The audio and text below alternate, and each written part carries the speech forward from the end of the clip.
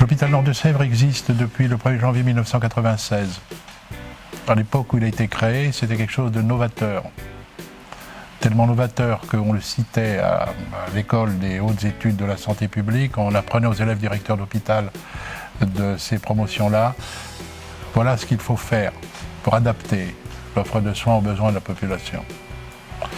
Alors, on a fait une fusion juridique, on a mis le même directeur, on a commencé à restructurer, comme on dit dans notre métier, les établissements, puisque il y avait 3 hôpitaux, l'hôpital de Bressuire, celui de Thouars, celui de Parthenay, on a fait un seul.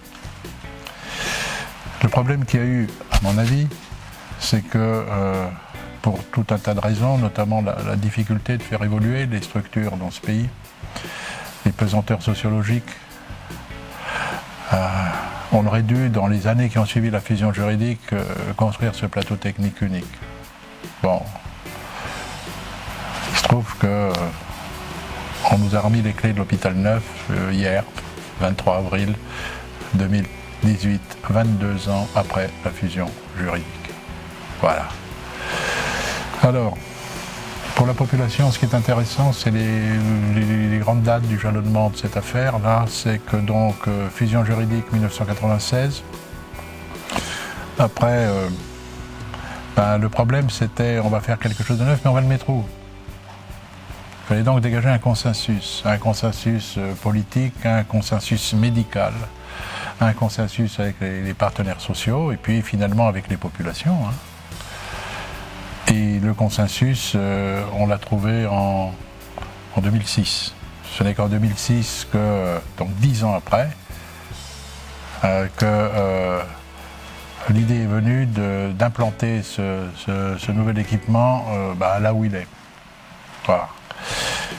Et derrière, il y a eu 2 grandes étapes. Bon, mon prédécesseur a travaillé avec ses équipes sur la construction de l'hôpital neuf. Ça a débouché sur un projet finalisé, complet, voilà, en 2010. Il y avait juste le financement à trouver.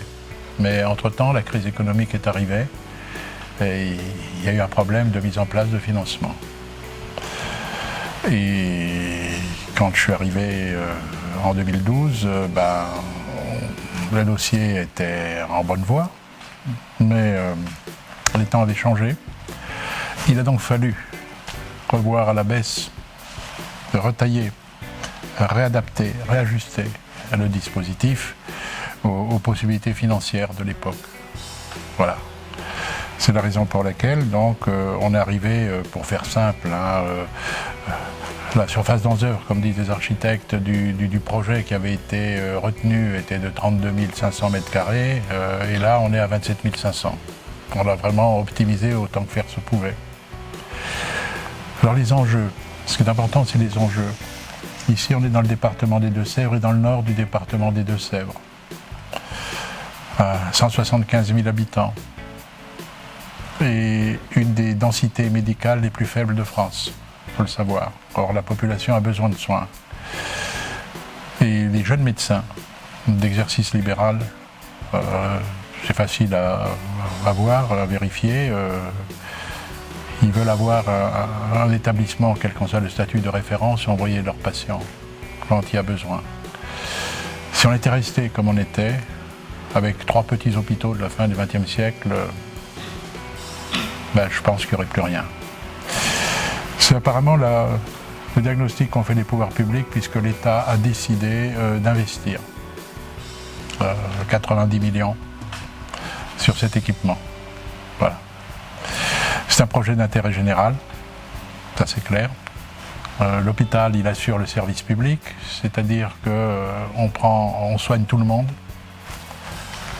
sans aucune discrimination par l'argent pour l'accès à des soins de qualité. C'est ça le service public. On veut de la qualité, de la sécurité, de la proximité, et tant qu'à faire, on a remis au niveau d'un seul coup la totalité de l'équipement. Par exemple,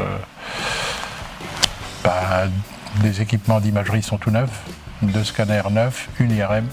On avait une IRM mobile, mais bon, qui venait de manière séquentielle. Maintenant, la population aura droit, aura accès, comme toute la population française, à une IRM, 24 heures sur 24. Le lien avec les hôpitaux universitaires, c'est les licitations qui fait la baisse, donc la population du Nord de Sèvres à 10 minutes de l'hôpital universitaire de Poitiers et à 20 minutes de Tours. Voilà, ça c'est fondamental. Et surtout, le nouvel équipement, depuis que l'affaire a été lancée, nous a permis de recruter de nouveaux médecins. Et un hôpital, c'est d'abord des médecins. Par exemple, en début d'année, on a recruté 2 médecins réanimateurs pour s'occuper de l'unité de soins continus. Des médecins de haut niveau, expérimentés, qui garantissent une prise en charge de grande qualité à la population pour les malades graves. En lien avec, évidemment, l'hôpital de Niort, l'hôpital universitaire de Poitiers, mais une prise en charge locale de grande qualité pour être assurée. Et on a d'autres recrutements en cours.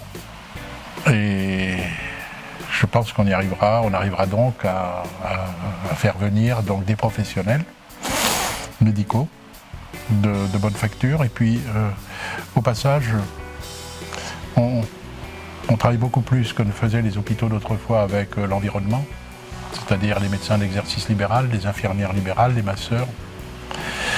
Et on en profite pour requalifier le maximum de nos postes. C'est aussi quelque chose d'intéressant pour la population, puisque d'un seul coup, on va upgrader, comme disent mes jeunes collègues, le niveau technique global de l'établissement, donc la qualité des soins. Voilà. Et en termes d'enjeux, je pense pouvoir dire que, il faut quand même que je vous le dise, il y a eu une mobilisation quand ça a commencé à prendre de tout le monde sur ce projet.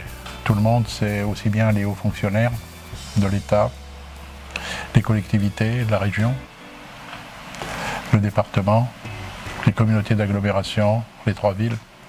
Donc c'est bien un projet collectif, finalement, qui vient nord de Sévrien. C'est la raison pour laquelle, d'ailleurs, cette fois-ci, on peut vraiment dire que c'est vraiment l'hôpital du nord du département des Deux-Sèvres. Voilà.